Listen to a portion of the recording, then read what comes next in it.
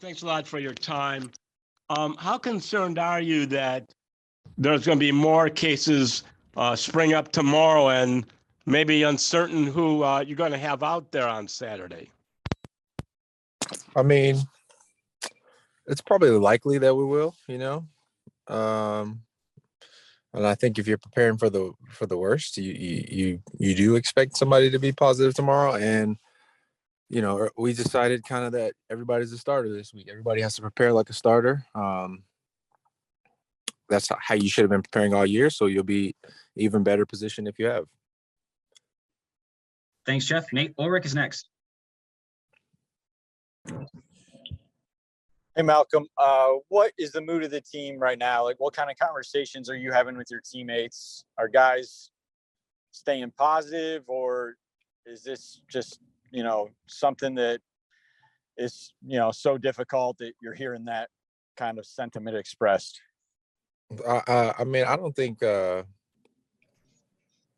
of the quitter mentality makes it to the NFL. So it's obviously challenging to lose people, and you don't know who and when and where and how it's being transmitted and stuff like that. But we got a lot of guys that love to compete, and obviously other guys are going to get opportunities. There's been guys that have been waiting for opportunities all year long. So this is just a great opportunity to show how deep we are as a team and how resilient we can be. And we got an awesome chance to go out and to play a playoff game, essentially. Thank you.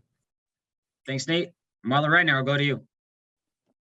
Yeah, Malcolm, I know it's not your side of the ball, but what's it to have Case Keenum, so many veteran experience? How does that make you feel? I mean, that's something that I think when you practice in August, you recognize, the depth of your team, and kind of we're deep talent wise. So, and we got veterans in depth positions that can play the game. So I'm looking forward to seeing Case sling it a little bit. Yeah. And I assume that everyone realizes that this is essentially a playoff game, right? Yes. Okay, thank you. Thanks, Marla. Dan Lobby has our next question. Hey, Malcolm, obviously, you guys went through this last year in the Pittsburgh playoff game with losing Kevin, and went through this a few times during the season too. I guess, what is it about this coaching staff, Kevin and Joe Woods and the rest of the staff, that has sort of allowed you guys to be able to navigate kind of weeks like this? I mean, we've been doing it a lot, and I think they understand the situation is you never know who's going to be available when you go into the week. And I think obviously there's injuries every week in the NFL, but on top of that, to have COVID, I think even when you build a team, you have to consider that there will be a lot of moving parts. So, as far as our scheme goes, where our practice rotations go, we've always kind of used everyone. Thank you. Appreciate it, Dan. We'll go to Ashley Basta. Hey, Malcolm. I guess, we've heard several players already this week, and the coaches kind of talk about this next man up mentality that you mentioned, and kind of having to be ready for whatever in a week like this. So I guess, where does that start with? Does that start with Coach Stefanski and kind of trickle on down through the team? Just talk about that a little. Yeah, I mean, of course, like I was saying, COVID is rampant around the league, and we all understand that you might be thrust into a role with very little reps. And our coaches say it all the time, this might be the only time you get this look and a walkthrough. So, take it seriously, or you might see somebody else taking that rep and you have to know it yourself. So the understanding has always been there. And like I said, I mean, I know what it's like to be in the backup position and be eager to play and having to stay prepared and wanting to make the most of your opportunity. So I think a lot of guys in that position are looking forward to it. Thanks, Ashley. Scott Petrick, you're up. Hey, Malcolm, how big a challenge is it not being on the practice field for full practices the last couple of days, and maybe not even being out there at all this week? Well, we had a chance to walk through outside, so we're all right. And at this point in the season, I don't even know what week it is, but it's a lot less physical than you might think. You need the looks, you need to see where things are happening, you see the time, feel the timing of things, and a lot of times you don't even get that at this point in the season full speed because games come up so quickly. So as long as we get to do something and we're communicating, even if we're doing it on Zoom, it's better than last minute. Like hopefully we don't have anything pop up the night before the game, but we're in that position now to prepare everybody for that happening. Gotcha. And what have you seen from that Raiders offense when you watch the film?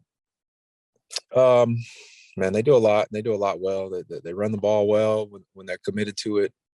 They got a really talented back. Obviously, I think the world of Derek Carr. I think he's so extremely capable and doing everything. He does stuff at the line of scrimmage. He can get the ball to his receivers, play action, take shots, and all that. So they got Renfro and Waller and D-Jack still rolling. And Moreau, they got a lot of depth, and they're leading the league in air yardage for a reason. They got some yak that they do too. So we definitely have a big challenge this week. But happy to have them coming into our stadium. Thank you. Thanks, Scott. Marla Ridenour, back to you. Yeah, Malcolm, just one quick way. I mean, you guys, the defenses seem to be putting it all together at this point. Do you feel like you guys are capable, if you kind of need to lead the way, both emotionally and everything, for your team this week? Yeah, most definitely. I think on defense you should always have that mentality, but yeah, I think we're ready to do that. Thank you. Appreciate it, Marla. Nate Ulrich, go ahead.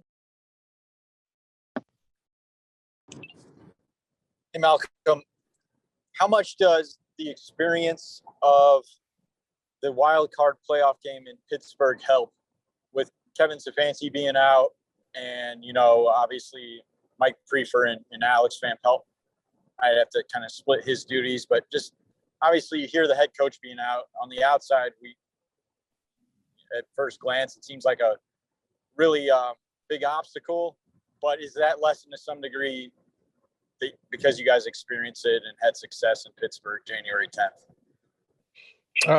I mean, we've been through it before, so we have some experience with it, but obviously we still have to go out and perform, and whoever's stepping into this position will have to manage the clock and understand the game. But this is what coaches do all day long.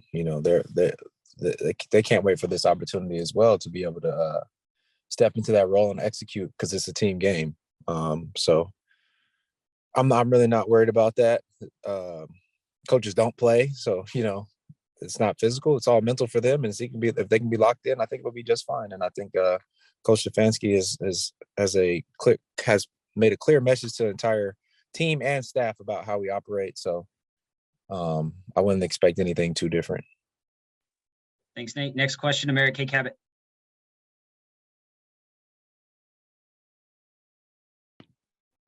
Oh, hey, Malcolm. Just wondering about the magnitude of this game. Do you guys went into the Ravens game, with Miles saying sort of, this is, win or go home. Do you guys have that same sense of urgency in this game? And has anything changed about the mindset with everything going on? I mean, I personally play every game like it's a must-win game. And I think that anybody who competes at that level gives themselves the best chance to win. I don't like to go back and forth about this one's more important than the last one, because you never know what's next, and you be thinking about the past, you're thinking about the future. So for us right now, this is the biggest game we got because it's the next game. As boring as that sounds. Thanks, Mary Kay. Back to Nate Ulrich. Malcolm, I just wanted to ask you about Myles Garrett. Obviously Friday he said, like as Mary Kay just mentioned, that the focus wasn't there as much as he would like, and everybody needed to sharpen up. And then he came out and he had the type of game he did, and he had the defensive touchdown. What did you think of Myles' message and his follow through on the field? I mean, Myles goes out and he plays at an elite level. He's an elite talent. And I didn't really see the message what he said before, to be honest with you.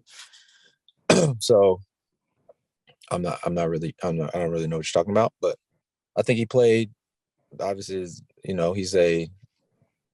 he's all world, you know what I mean? So he went out and he executed at a high level, and when he plays like that, we could really take it to the next level. So yeah. So what did you think of that, the play, the strip sack, the recovery, the return? Did you have any thoughts on it live, or did you get to watch it back? And what do you think about making that type of play? I mean, I think those are the type of plays that he's capable of making a lot. And I actually said it to him earlier in the week. I was like, man, you need a defensive touchdown, because I think that'll really help us all, and obviously his case for individual whatever awards, but definitely helps the team. So I'm glad he got it done. He did it. We spoke about it. He did it right away. No waste of time. Thank you, Nate. Final question for Malcolm. Scott Petrick. Hey, Malcolm, I know that NFL has said there's been no discussion about moving the game. But given the big number of tests that you guys have had, do you think that it should be moved? No, I'd rather knock the games out. To be honest with you, I just want to, we have the game on the schedule this week. Let's go out. If we got enough guys to play it, I think you got to play it. I don't see why waiting or moving it. Maybe it'll be better later. Who knows? It could get worse. So let's play the game.